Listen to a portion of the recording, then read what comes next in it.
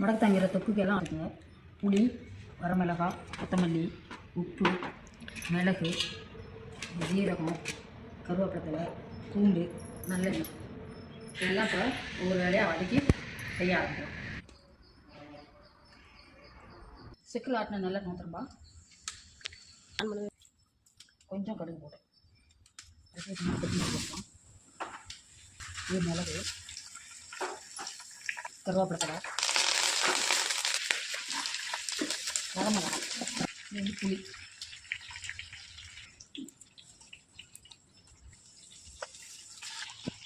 பூண்டையும் போட்டுக்கணும். அடியில் எண்ணெயில் போய் வணங்கி உப்பு போட்டோம். அவங்க போட்டுக்கிற மிளகாய்க்கும் இப்படி இருக்கும்.